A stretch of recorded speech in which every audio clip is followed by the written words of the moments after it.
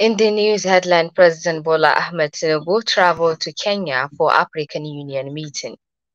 Governor Malam Omar Namadi warns against diversion of fertilizer meant for farmers.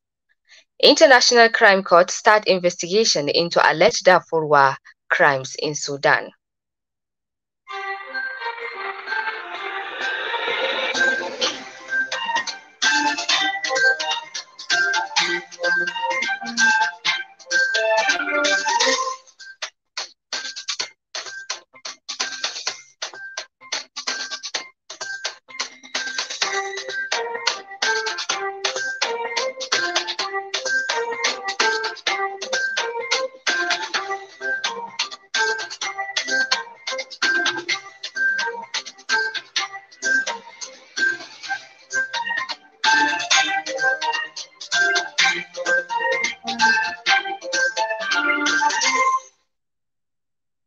Good evening, listeners. Today is Friday, 26th Zulhijjah 1444 after Hijrah of Prophet Muhammad, peace be upon him, which is exactly 14th July 2023. I am Salma Adam Iko with the news. President Bola Tinubu is set to travel to Nairobi, Kenya on Saturday, July 15 to participate in the 5th mid-year coordination meeting of the African Union, the regional economic communities. Spokesman Dele Alaike said that the meeting will also involve the African Union Commission. The president will join heads of state and government, foreign ministers of AU member states, and high-level dignitaries at the mid-year meeting, which will take place tomorrow, July 16th. The president will present a report on the status of regional integration in ECOWAS, highlighting actions carried out during the period under review by ECOWAS institutions, member states, the private sector, and other stakeholders to deepen integration through trade, free movement of persons, investment for promotion, infrastructure development, peace, security, and stability. These regional economic communities include ECOWAS, chaired by Nigeria, the East African Community, the Intergovernmental Authority on Development, the Common Market for Eastern and Southern Africa, the Southern African Development Community, the Community of Sahel-Saharan States, the Arab Maghreb Union, and the Economic Community of Central African States. President Tinubu, who will be accompanied by senior government officials, is expected to return to the country at the conclusion of the meeting.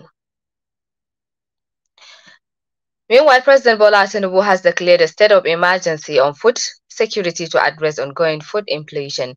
Immediate, medium, and long-term interventions have been designed by the government to combat the shortages. This range from providing fertilizers and grants to farmers and households to assigning responsibility for food and water to the National Security Council. Federal government plans to allocate funds from the first subsidy removal to support the agricultural sector and establish a national commodity board to regulate and stabilize food prices. President Tinubu emphasized the initiative's goals of reducing food costs, promoting agriculture, and generating employment opportunities. President Tinubu said that the new initiatives will tackle rising food costs, enhance agriculture, and boost job creation. The International Monetary Fund warned of increased food prices and risks due to flood and expensive fertilizers. The Nigerian army asked all terrorists and bandits, especially those in northwestern region, to surrender unconditionally, stressing that there will be no negotiation with those who threaten the nation's peace.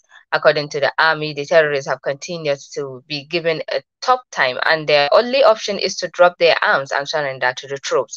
Major General Godwin Mutkot disclosed this to newsmen in Gusau, Zamfara State capital. Major General Godwin noted that the army won't relent in its continuous effort to clear terrorists from the region. He retreated that the military will not negotiate with bandits, but will rather go after them in their hideout to eliminate them. He advised that if the bandits want to survive from the hand of the troops, they should come out from their hideout to surrender. He advised district heads and communities in Zamfara State to form groups that will protect their communities.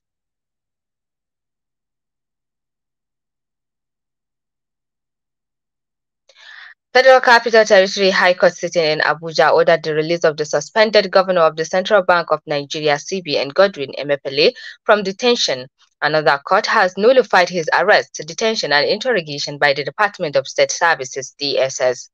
Emefiele, through his counsel Peter Abang, had asked the court to set aside, quash, invalidate, and nullify the arrest and detention of the applicant for being illegal, and a nullity in view of the subsisting judgment of Justice M.A. Hassan delivered on December 29, 2022.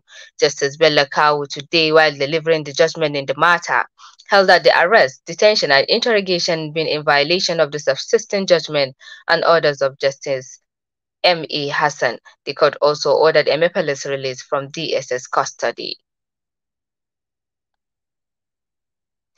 The National Information Technology Development Agency, NITDA, said that digitalization of micro, small, and medium enterprises could increase Nigeria's gross domestic product (GDP) by 50 billion United States dollars. The Director General NITDA, Kashifu Inu Abdullahi, said that the digital transformation will help to grow the nation's economy. He said that according to the recent research, any micro, small, and medium enterprises that transform digital could increase its revenue by 26% and reduce costs by 22%. He said that the federal government was committed to digitally transforming the economy through a 7-point strategic roadmap and action plan. He highlighted the strategic action that supported SMEs as a developmental regulations meant to create an enabling environment for startups of the micro and small medium enterprises. Mr. Abdullahi said that the second pillar of the plan was about digital literacy and skills, because digitalization or digital transformation or digital economy was acknowledged best economy in which human capital was the most valuable resources. The news is coming to from studio of Sawaba Radio. More news after the short break. Do stay.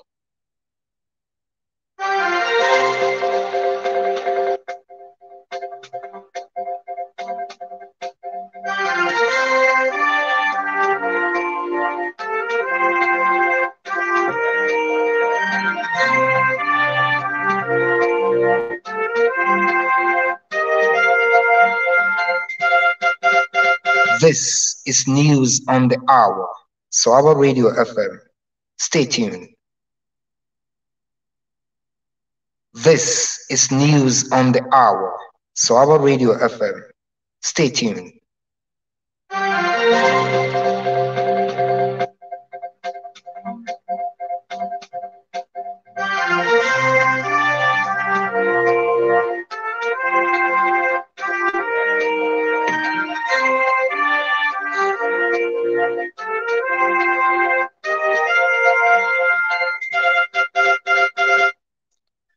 Welcome back. The Faculty of Social and Management Studies, Sulalamido University, organized its second lecture focusing on the effect of poverty in northern Nigeria. Scholars, experts, and community leaders gathered at the symposium to shed light in the pressing issue of endemic poverty to discuss ways to tackle it. Farooq Ahmed Kafan Hausa has more on this. The theme of the symposium, Tsananin Talauci a Arewa, Addini ko Al'ada, ignited thought-provoking discussions among attendees. Distinguished speakers highlighted the root causes of endemic poverty and proposed various strategies to combat it. The Dean, Faculty of Social and Management Sciences, Dr. Mustafa Hussaini Garingabas, delivered an insightful speech emphasizing the role of religion and culture in perpetuating poverty in northern Nigeria. If you understand that this problem is existing, then you have solved half of it. The issues that were raised is to create the awareness that we are living in this extreme poverty, under this extreme poor condition. If people believe that, yes, the poverty is real, it exists, then we now think of how to solve the problem. So this is the first achievement of this symposium, is to create this awareness. Let people agree and understand that we are living in real poverty. Dr. Muazu Saadu Kudan, the head of the Department of Nigerian Languages, presented a compelling paper on the cultural aspects contributing to poverty. He called for revival of small and medium-sized businesses in the region, which have been neglected in the past. In a virtual address, Dr. Ilyas Yahya, the Dean, Faculty of Humanities, offered an Islamic perspective on the issue, urging individuals to follow the teachings of Islam and strive for financial independence. The symposium delved into critical factors that perpetuate poverty, including poor saving habits, lack of security, pressing norms, flooding, youth restiveness, and pessimistic outlook on the future. These factors were identified as significant challenges to overcome the combat of poverty effectively. The Vice Chancellor of Sulalamida University and the chief host of the symposium expressed his confidence in the outcomes of the event.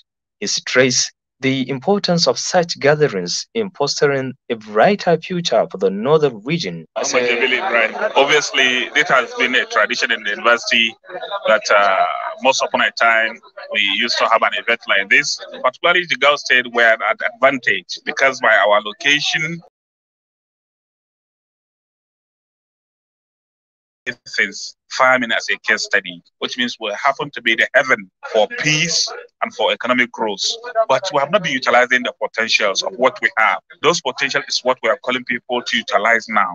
The research team in the university have been consulting all those organs to come and see how do we tackle this problem? How do we make this issue of flooding being a blessing, not a curse? The symposium was attended by various dignitaries, including the local government chairman of Kafun Hausa, the vice chancellor of the university, the chairman of the occasion, Malam Yusuf Abdurrahman Ya'u, representatives from the university staff, student unions, Hizbah Command Kafun Hausa chapter, Islamic clerics, National Union of Road Transport Workers NURTW, farmers, and other participants also graced the occasion. This symposium served as a crucial platform for intellectuals, scholars, and community leaders to come together and devise strategies to alleviate poverty in northern Nigeria. The discussions held and insights shared have the potential to shape a prosperous future for the region.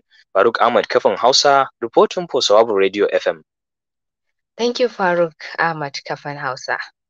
The Ilorin Zonal Command of the Economic and Financial Crimes Commission (EFCC) says it has arrested 13 Chinese nationals for allegedly engaging in illegal mining activities in the state. Wilson Iwajiran, spokesperson of the commission, disclosed this in a statement in Ilorin yesterday. The suspect comprised of a female and 12 male, and they were arrested on Wednesday at the government-reserved area of Ilorin. He said the arrest was as a result of discreet investigations into the activities of illegal mining operators in Kwara. The spokesperson revealed that operators have different illegal mining sites in almost all the 16 local government areas of the state. He was later convicted on October 19th by Justice Muhammad Sani of the Federal High Court in Ilorin. The Kano state government has expressed strong dissatisfaction with the distribution of the federal government's 500 billion allocation intended to support small-scale industries across the country's geopolitical zones. Governor Abba Yusuf raised the concern during a meeting with the representatives from the Kano Cooperative Society at the government house yesterday evening. The governor described this distribution mode as unfair, unconstitutional, and illegal, highlighted the need for immediate action to rectify the situation. Governor Yusuf further called on the relevant authorities and members of the National Assembly to address the issue and take appropriate measures against those responsible for the unequal distribution.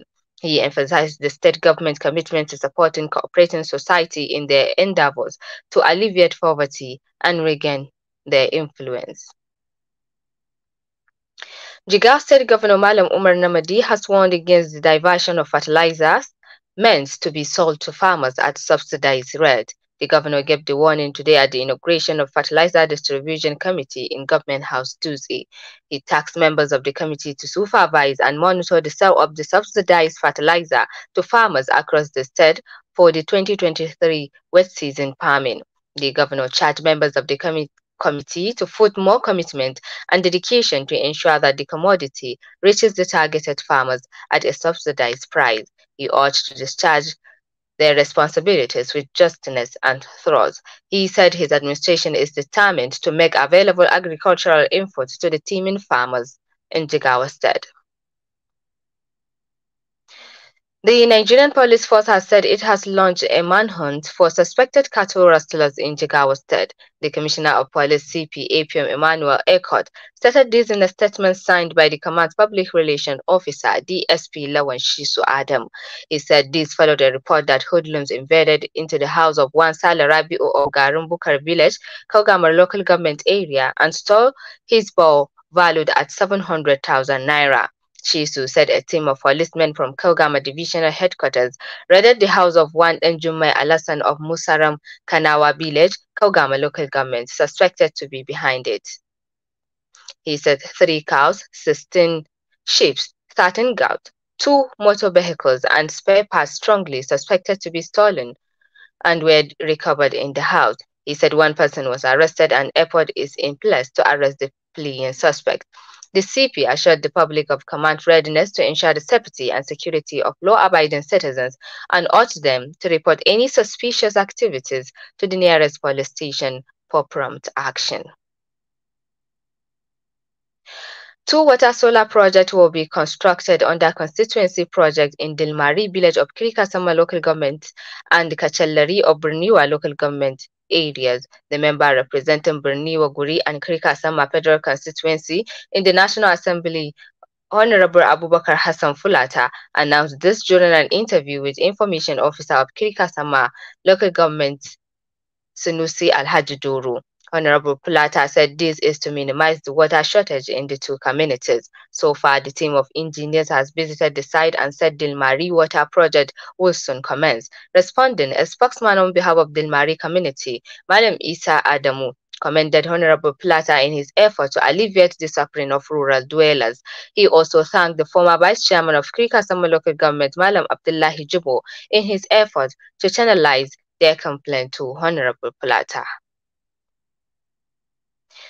Now to international scene. The International Criminal Court (ICC) has opened a new investigation into alleged war crimes in Darfur region of Sudan. Ethnic violence have surged there as part of conflict between the Sudanese army and the paramilitary Rapid Support Forces (RSF). The court's chief prosecutor Karim Khan said the report included attack on civilians, mass rapes, and the burning of homes and markets. He said the investigation will be conducted under an existing mandate for Darfur dating back to 2005.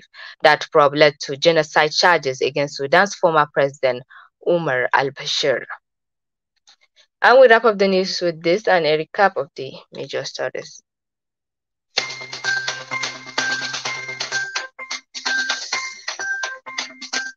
From the news, President Bola Ahmed Tinubu traveled to Kenya for African Union meeting.